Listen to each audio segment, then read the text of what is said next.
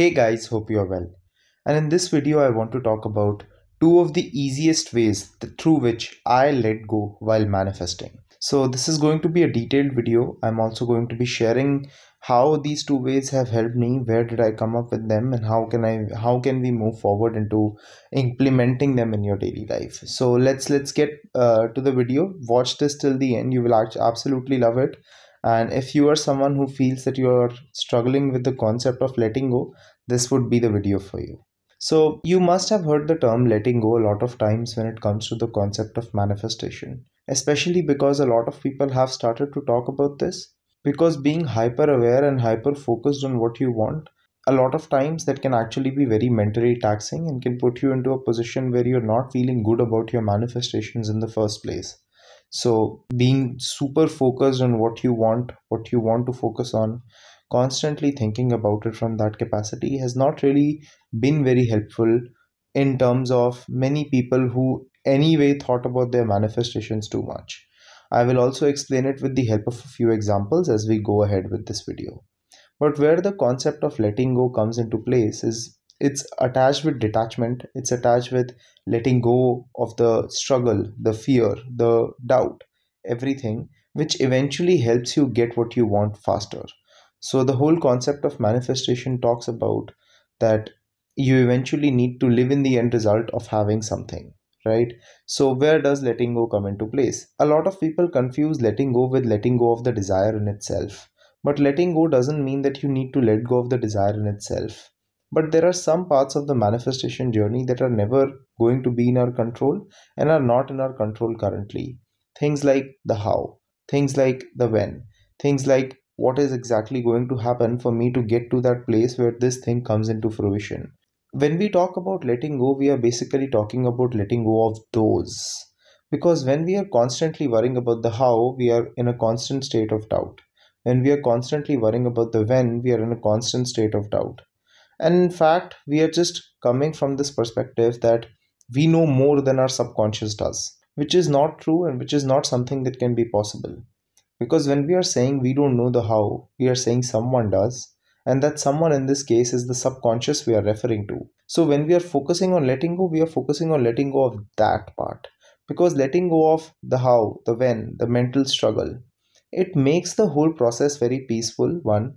Secondly, it puts you into this detached state where when you think about your manifestations, there is a want, yes, there is this happiness associated with it, yes, but there isn't a need associated with it. You don't feel that urgency. You don't feel that tightness in your chest when you think about it because you're not super attached to the idea of it. You're not super hung up over the idea of it. Manifestation is always and has always been a fun game, right? What happens is because we start to manifest things which are very, very important to us or which we are deeply hoping would happen, a lot of times we end up making it this highly engrossed, difficult process. A big reason for this is that most of the times when people come into this concept is because of that one thing that they are struggling with deeply in the first place. So, most of the people who start their manifestation journey start at a point in their lives when they are actually not feeling good in the first place at all. Because of which, manifestation becomes this way out, this way through which we would be able to let go of all the struggle, this way through which we would be able to just let go of all the middle part and we would just be able to be happy. Unfortunately, it takes away the joyfulness, the fun that the process is supposed to be about. And this does not mean that you cannot manifest these things that feel difficult. It just means that it was anyway supposed to be fun. And the things that you will eventually end up manifesting, even these deep things, they would come in your life when it is a fun activity, when your whole existence is not dependent on it. Of course, there are going to be events when it is, and of course, there are going to be instances when the thing that you're manifesting is a situation which is very deeply important to you. So, this is not me telling you to demean the importance of that thing. This is me telling you that the more you can detach from the idea of it, and the more you can make it a fun activity, the better it becomes because that thing that you're looking to get in your life If it would be coming from the place of you feeling of it as a fun activity, it would come a lot faster.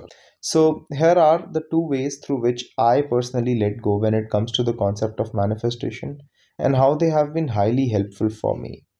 So the first one, which has been the game changer, and I will also explain where it comes from, is I focus on my task and I separate my task and I give it to my subconscious, universe, God, whatever you want to call it.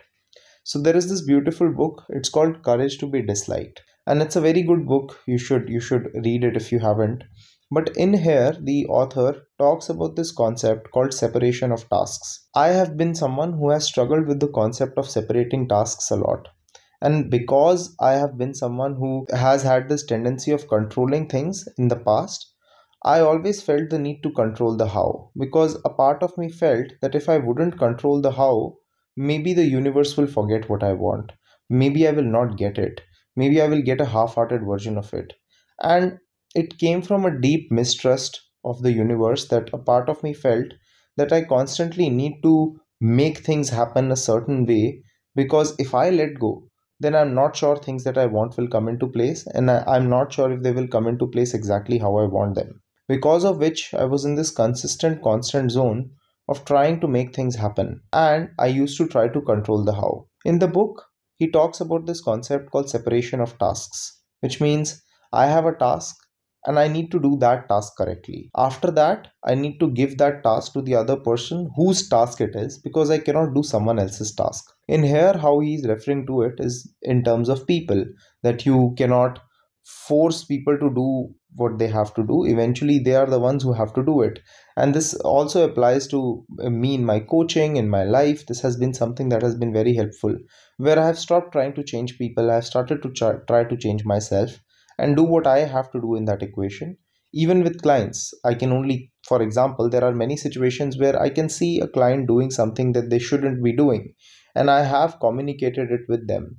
But when they still don't apply it, it makes you also feel painful because you're emotionally invested in that situation. But here, separation of tasks comes into play again, where you are doing your task and you're allowing that person to do their task, which is the application in that situation. But how it works with letting go is I'm able to allow the universe to do its job after I have done mine. So, my job in this situation is focusing on my beliefs, focusing on my affirmations, focusing on my techniques, being consistent, understanding why I want what I want, and if I had it, how would it look like?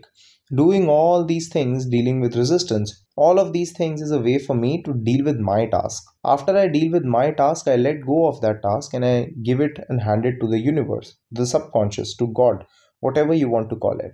And now the middle part is not my task anymore.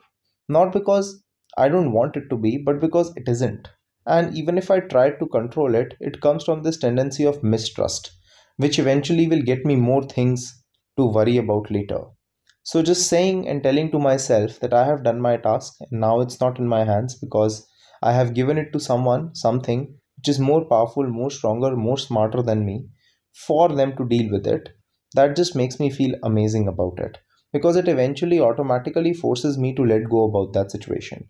As when I am in that zone and when I am focusing on it from that capacity, I have already let go of it, because I'm not worried about the how and the when. The second way through which I have been able to let go, and it has made it very easy for me to let go, is to focus on, instead of having it, not needing it. Now, I have talked about it in one of my previous videos that living in the end can be done by focusing on having it, focusing on saying that I don't need it, focusing on the powerful feeling that I can get everything that I want, and the general confidence towards it, or focusing on the perspective that I will get it. All of these, as long as they create a powerful feeling inside of you, should be enough to do the job. For me, when there are situations where it is very difficult for me to let go, instead of focusing on I have it, because that is just creating more resistance for me about that particular topic, I focus on not needing it. Not because I don't want it anymore, but because I consciously know that if I focus on the concept of not needing it, it will only increase my ability to receive it faster, because I will be in a position where I will be detached from it, which I have always seen helps me manifest the things that I want in a very consistent way. So, These are the two techniques that I have constantly, consciously used for a long period of time, which have helped me immensely in letting go of the neediness and which have allowed me to receive my manifestations faster. So I hope that you can apply these in your life and I hope that you receive the results from these. So definitely try it because they will have amazing effects. And I will see you guys in the next video. Thanks for watching. Subscribe and share if you like the video. The link for my one-on-one coaching, my self-help courses, and my free newsletter are in the description box below.